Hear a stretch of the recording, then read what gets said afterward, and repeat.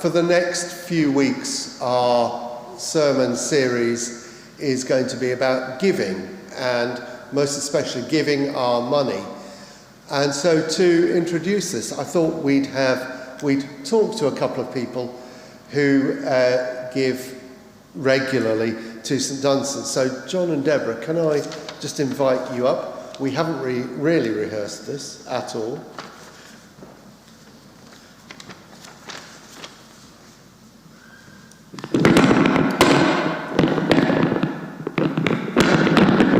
There's a bit of crackle.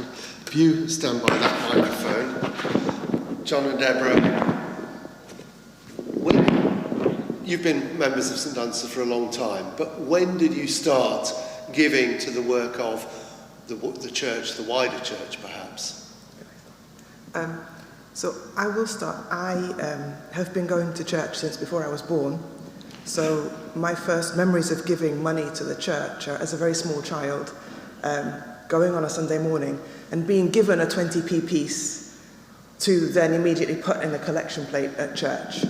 And I remember at the time thinking this was a bit strange because this was my parents' money, this wasn't my money, and they weren't really giving it to me because I couldn't keep it. But at a certain point, I think as I grow up, it gave me a perspective that anything I give to the church, I'm only giving it because somebody else gave it to me.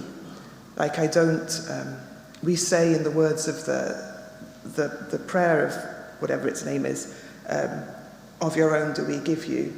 And I think that's helped me as I've grown up to hold on to things a little bit more lightly. John, what about you? Is your experience similar? Pretty similar, yeah. So I think I don't have too much to add to that. So what's the next question? What were they going to say? They haven't prepared this, it's all right. No. You ask me the next question. Go on, John. I don't know what my wife wants me to say, so yeah. What prompted you to start giving to St Dunstan's particularly? Okay, well, I kind of started coming to St Dunstan's when we moved to Acton in 1989. I don't want to calculate how many years ago that was. But it was after I left university, and I actually started to find, I'd kind of taken a few steps in Christian faith, particularly in university and immediately coming afterwards. And I felt a call from God, or a sense from God to come back to St Dunstan's.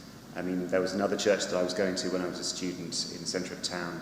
But I really felt that God wanted me to come back here and to sort of worship here and to serve here. And so it was out of, I think it was in my early days, just sort of my first paychecks when I started to give on a more regular basis. I forget if it was a weekly basis or what point I set up a direct debit or whatever it was. So you give regularly out of your salary, yeah, as a response to God calling you here. And Deborah, you give because you're aware of how much you have been given. Would that be fair? Now, Deborah, I feel you've got something else to say. No, I want him to tell his Bishop Pete story. Tell your Bishop Pete story, Bishop please. Gosh. Well, John, you're not going to like it, sorry. Well, no, again, sort of very similar to Deborah, I kind of grew up kind of putting sort of 20p's, which my parents had given to me, into a sort of a cloth bag that got passed round, possibly during the third hymn, I forget when it was exactly. So, and I kind of thought, okay, well, great. So the church kind of like survives off 20p's, fantastic. So, at a certain point, I think there were sort of gentle nudges from, not so much from within the church, but also just elsewhere, kind of meeting Christians who kind of said, well, maybe you should be giving a bit more of that. And then they talked about the concept of tithing and certain percentages and such. And there are plenty of different schools of thought on that. I have a very clear memory of, goodness me, this must be 20-something years ago, when we had a sort of a letter went out to St Dunstan's. I think it wasn't just St Dunstan's, but I think it was the diocese in general, where the point was made in fairly kind of stark terms that the work of the diocese, the work of the church, relied on people giving, and it relied on people giving in a regular and consistent manner. And I think on the front of this particular sort of like campaign that Bishop Pete, for those who remember him, was a wonderful character. it actually had a sort of a picture of a P45 with our then vicar's name on it, and saying, this is what is going to happen if something doesn't change. And that kind of focused my mind. I thought, okay, well, maybe the church needs more than my 20p's or whatever, and maybe I really need to start thinking about how important church is for me. And if it's that important for me, in addition to coming every morning and serving on various rotas, whether I should consider giving a bit more of my money. I mean, within a reasonable amount, but sort of certainly more than I was giving at that time. So giving is very much part of being a member of St Dunstan's. Yeah, Provide for St Dunstan's and for the wider church. That's right. I mean, it's by no means the only aspect of it. It really is not. But I mean, I think as I kind of got deeper into my membership, really, to be able to kind of give more money, I mean, I kind of had to take a deep breath and thought, okay, right, let's kind of try and up it to this and such. So, but then it kind of felt as if I was kind of becoming more of a part of the church, as it were. I mean, I don't think there are any loyalty perks that you get by giving a certain amount of money per month, and not that I've encountered in the last 20 years. But really, there was a real kind of satisfaction, as it were, by giving of my kind of resources, as it were, to support the work of the church that I attended and that I love and that I wanted to see continue, as it were. And for a final question, do you and Deborah discuss how much you give? Do you review it regularly? Yes. Yeah. Excellent. Thank you. Yeah. If you want to know more, come and grab us. Please talk to John and Deborah about how they decide how much to give, when they decide, how they work it out as a couple. It's not easy, and everybody has a different story. Thank you.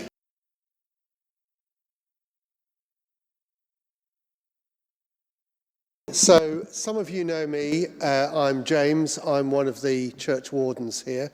So it's my job to hold the difficult conversations. And over the next 5 weeks, we're thinking about and we're preaching about giving, how we give our money to the church. And that's going to be the theme of the sermons. But I thought it would be good to introduce this topic and get us thinking about it as a church family by asking a couple in the church how they dealt with giving. So, Jacqueline and James, are you coming up as well? Yeah. Oh, we've got two of them coming up to talk. And they've agreed that they'll talk to us about their giving. So let me just start by asking you, when did you first start giving to the work of the church? Maybe not this church, but maybe the wider church. I think probably in about 2010 or 11. It was around the time we got married. You were already Christians. Already Christians, and it might be different for you actually, but we'd gone to church for a while, but I was just very disorganised as a single man. And so then when we got married and we started to have talks about our finances and what we save and that we decided we wanted to give some money back into the church. Jacqueline, was that similar for you? Yeah, I'm trying to remember. I in around 2007, 2008, I had a big Holy Spirit encounter that changed my life. And I can't actually, if I'm honest, I can't remember if I started giving as an individual or as a couple. But I do remember that around that time, God put a finger on a number of areas of my life, including giving, actually. And I just felt, an awareness of an invitation. And why is it important for you as a couple to give to church? I don't think you can outgive God. Like, I think God gives us loads of things, whether it's the homes we live in or the cars we drive in, or, and Jesus, obviously. But, we're not going to outgive God at any point. But I do think that a spirit of generosity is good. I think for me, if I'm very concerned about keeping a little bit back for myself all the time, I think that stinginess goes deeper and goes into other things, whereas I'd rather kind of give it away and be pleasantly surprised if some of it comes back to me as well. But it's not, I mean, it's not just in monetary terms, of course, James. No, it's time as well. You know, it's like, my favourite thing to do here is the Winter Night Shelter and volunteering at that, and I've done that for the last 3 years, and leading worship and doing kids stuff. And I think it's like, we all benefit from stuff that is given to us quite a lot, and I just think that gets done because somebody is generous with their time, and I want to be time and money, and yeah. I want to be one of those people, really. And Jacqueline, do you and James agree how much you give? I'm absolutely not going to ask you how much you give and how you give it. James and I basically don't agree on much. Look, this is not marriage guidance. I think we've had to work at it over the years and talk about it. We have two different brains, two different sets of thoughts about things. Sometimes we're very aligned, and actually, with God things, we usually are quite aligned. And I remember saying to James, it's just, I think the thing with money is, and don't get me wrong, I don't say this because I think we've got it all right, by the way, just full disclosure on that, but it was one of the things I just didn't want to meet God and him say, Jacqueline, you did hold back in that area.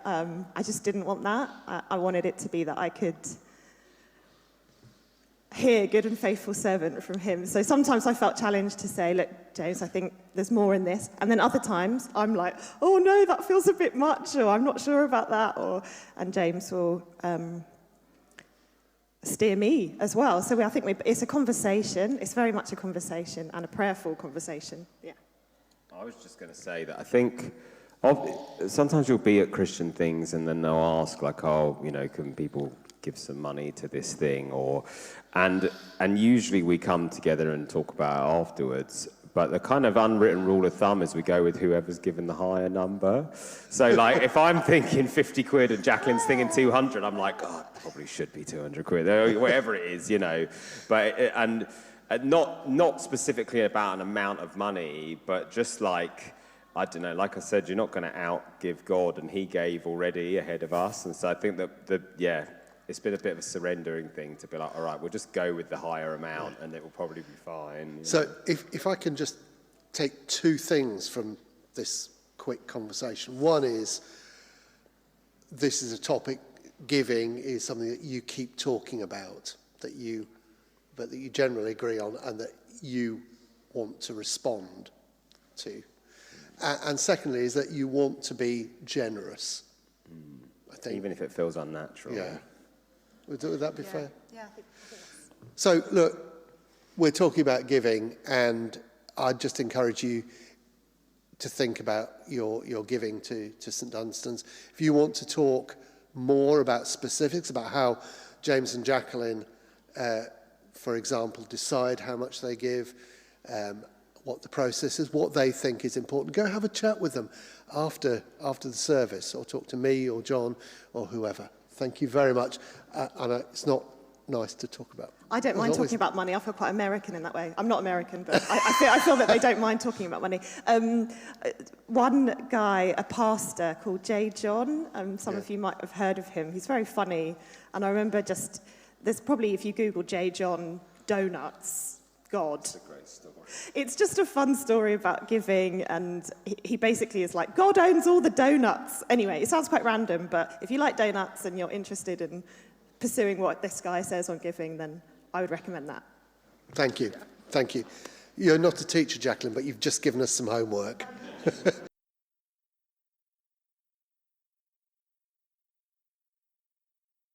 Just before we have our gospel reading, Sharon and David are going to come up, because we're talking about our church and the light that shines, and we're talking to different people. I'm talking to Sharon and David today, and I'm going to say, Sharon and David, do you give money to the church? Yes, we do. Yes, we do. Why? I think we both believe that it's something very worthwhile. It's something that we've done for a long time, and what happens here is important to us. So we think giving money is a reflection of that.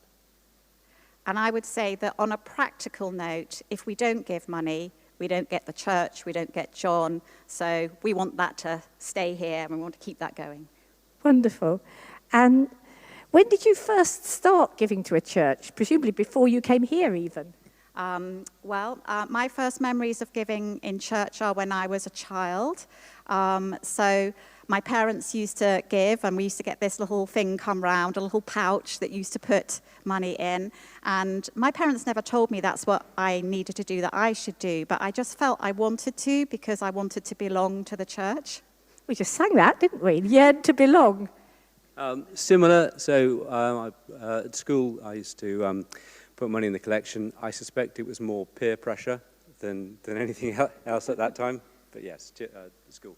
And I wonder how do you decide how much to give? Because first of all, there's two of you, which it's easy for me. My husband doesn't go to church, so I just decide myself. But you've got to decide together. But also, I know that you are both trustees of other charities as well. So there's a lot of other calls on your time and money. So how do you go about starting to decide?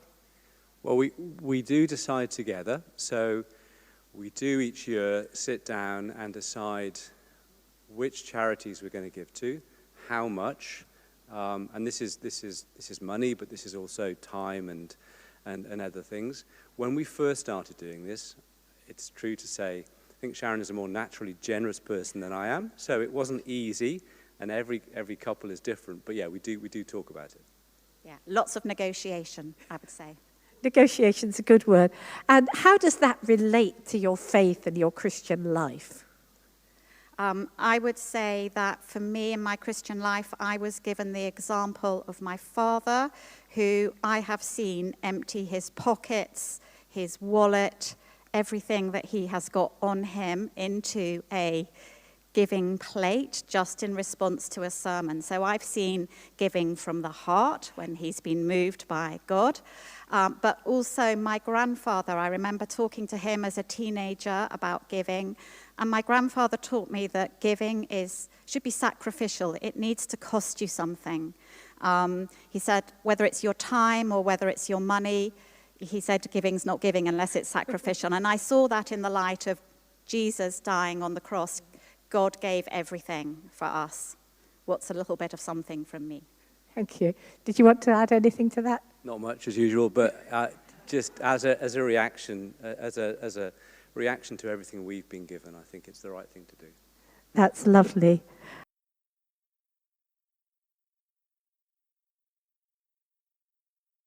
I think Jack and Sue are going to come up. Sue, this is our moment, isn't it? Okay, it's a Jack. Sue, for lots of I'm Sue Bolton. I've been here for 20 years, I think now. Coming to the it's got about 2004. I don't know. What else? I've been a warden. I do tea and coffee. I do some cooking, all sorts of bits and pieces. I've worked in the office. What else have I done? You've done so many things. Done bits and pieces. I'm a trade, let's put it that way. Long before me and James came to this church, we got married here, and in the back of our pictures, you can see Sue, because that day she was locking and unlocking the church for us. So you've been part of our lives even before we got this church. Probably, yeah. So as you know, we're sort of looking at giving at the moment, and so tell us a bit about what giving means to you. Well, giving is not just one thing, it's a compound, it's a complex thing, isn't it? You don't just give one thing, you give all sorts of things, and you don't just give hard things, you give soft things. And the hard things, I think, is, money or something which is profitable, I suppose, in a way. And the soft things are which come from internally within you. So it's your hands, your heart, your head, and it's all of those things. So it's a complex thing, giving.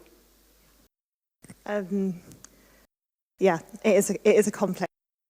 On the subject of money, that word.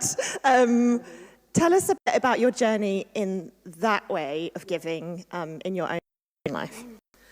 As a child, we used to go to church with my parents, and the donation plate would come around, and Mum would give money, we'd put it in off it would go, and it just went. It wasn't until, and so yes, I gave towards the church because I felt that to do in my 20s, and it was actually laid out on paper, because talking to me is one thing, but when I see it confirms all the things which are being told to me. And so it wasn't until I saw it written down, and when Alison did her wonderful diagram and everything graphically, that it actually made full common sense to me what actually happened in my heart, that an empty void, you're specific the place as well. So I think that. Also shout out to Alison, who just has the most amazing gift at communicating on numbers. It is a spiritual gifting and often goes unseen. So Alison, thank you for so much that you do for us. Yes. And it was all something around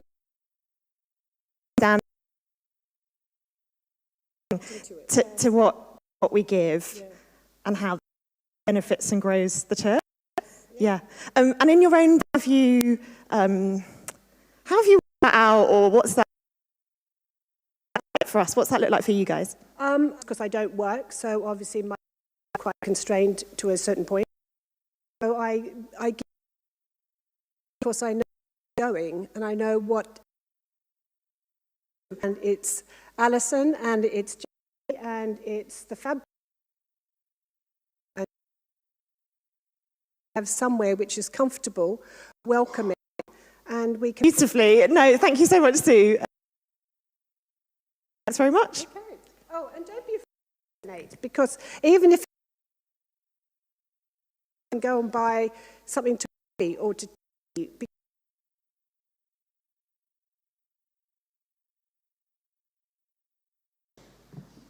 So as you may have gathered from our sermon series, we're talking about giving and how we give to St Dunstan's. And Rachel, completely unprepared. I'm just going to ask you, when did you start giving to St Dunstan's, or perhaps even more widely? So James only says this is completely unprepared because John and I were on holiday, and I think someone else was due to do this. So I am the stand-in organist, I'm the stand-in interviewee. But doing it really well. So I can't honestly remember when John and I started giving to the church, but I do know that there was a particular giving campaign when the church was looking to increase its work with children and young people. And because we needed some additional income to help do that, I know that I responded personally to that. And Alison will tell you that John and I are slightly peculiar. This might not surprise any of you to learn that actually, unusually for some of the couples in the church, John and I both give to the church, but we give separately. And I think that stems, I don't honestly remember, we've obviously been here too long, but I think that stems from my responding to that particular campaign, which obviously was a particular need, but my giving has remained in place since that time.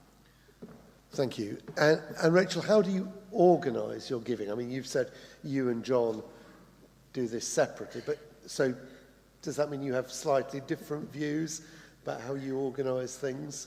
I don't know that it does. I know that a number of people have been interviewed and they've said different things, which I'm sure taken together will be hopefully helpful. I think the thing that I wanted to talk about here, rather than necessarily how do we organise it in the sense of how do we work out how much to give, we do both try to do that. I don't think there is ever a right way. I'm not sure that we have arrived at that, but we do try to do it faithfully. But I think the thing I want to say about how we organise our giving is that we do it in what I think is probably the easiest way. Originally, John's giving used to go out as payroll giving when the Church of England offered that, which is a great thing because it means you don't even see the money. It's gone before you get it. Although I did love what Deborah said about recognising that everything we have has been given to us from somebody else and we just sort of stewards of it. So John used to give by payroll giving while the Church of England offered that. But then they stopped offering it. So John now gives through something called stewardship, which is a kind of independent third party. They are Christian. So his standing order for giving goes to them, and he has an account with them, and he can decide then which charities, it has to go to registered charities, he wants to benefit, and St Dunstan's is one of his main beneficiaries. One of the quite nice things about stewardship is it does mean that he often has a little bit of unallocated giving, that if a particular need or concern comes up, that he can give some money to that. I used to give, I give through the payroll giving, the parish giving scheme, which is the new thing that the Church of England offer, regardless of whether you're employed by them or not. And the two reasons that I give that way is because in a former life I have been a treasurer and I have done the gift aid reclaim, and although it's not hugely difficult, it is quite time consuming. The parish giving scheme does the gift aid reclaim for our lovely treasurer and Nuke. So that's one thing. And then the second reason why I give that way is because it is tax efficient. So I suppose what I'm trying to say is there are some really helpful things out there to support us in our giving if those things appeal to you. Rachel, thank you. Interestingly, I give both via stewardship and via parish giving scheme. So you can do whatever you like.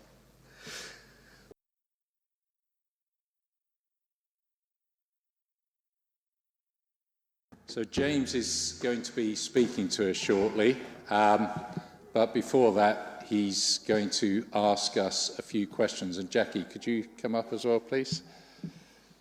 So we've really rehearsed this. We're going to be really slick.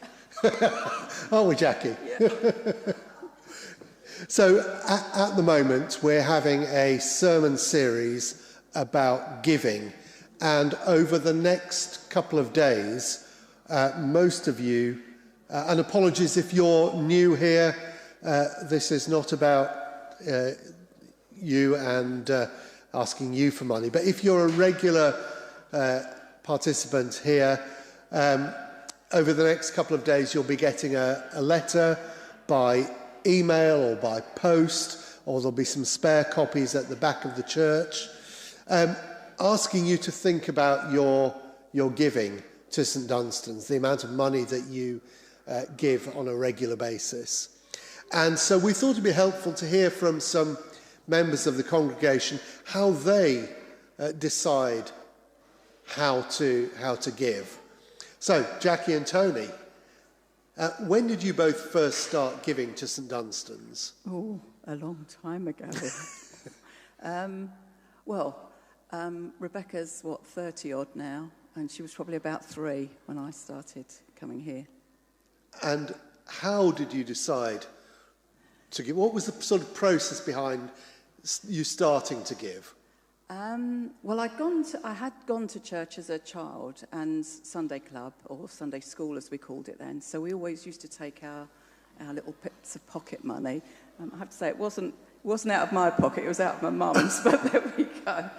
So from quite an early age, I had that concept that I needed to give something. Right. Yeah. And Tony, was that the same for you? I did go to church a bit when I was young, but we weren't really a church-going family, so I wasn't so used to it. But I went to Scouts, and we did a similar thing with church parade, and we gave through that when I was in my early teens. Yeah. So giving was a response to the work of the church, understanding that there were things going on that needed support. Would that be fair? Yeah, definitely. Yeah, understanding that I understood from an early age that the church was self-supporting. We are the church, and it's up to us to do the giving. There's no funds that come from the government or elsewhere. So, supporting the work of the church. And if I can ask a very personal question, do you decide together how much you're going to give, or do you decide separately? I'm only looking at you, Jackie, because you're right in my eye line. I mean, we kind of have different, slightly different interests, don't we? But yes, we do tend to decide together. So Tony might mention something, oh, I've heard about this, you know, what do you think? And we'll have a little discussion. And generally I'm all for that. I have to say one of my stock questions is, well, okay, you've got a better idea of what our finances are. Can we afford it? And the answer is, well, yeah, of course. You know, you give, you know, what you can. And we are very blessed, you know. You give because you have been blessed. Yeah. You give out of what you have. Yeah. Tony, do you want to add anything to that? Well, the only thing I would say is that, and Alison, when she was asking people to stand up and say something, she said it would be interesting to have you stand up there, because we've got people who are working and get a regular salary, we've got people who are retired, we've got people who are at home and don't earn themselves and rely on a partner. And in my case, I run a business, and it's a small business, which is very up and down, usually more down than up. So I don't actually know from month to month whether I will be paid. And I took a decision many years ago that I would keep my giving going and just sort of shut my eyes and keep going when things were tough. I think you mean keep praying. That's what I pray with my eyes shut. Yeah, that's right. So that, because I believe that God would provide and he would bless us for being faithful. And after 20 years, the business is finally doing quite well. So I believe that he has blessed us for that faithfulness. So it's just an encouragement to, even when it's a bit tough, try and give of the first fruits. That's what we try to do. Yeah. Great. Thank you very much. And when you get the letter, do feel free to talk to Alison or myself or John or Manry. No, probably not John or Manry, or Nuke. Nuke, who's at the back there waving a hand, about your giving, any problems that you have, any questions that you have. And can I just say, it is completely confidential how much you give. Only Nuke and Alison know the number. I don't know the number. So please feel free to talk to the rest of us about just concepts, etc. Thank you.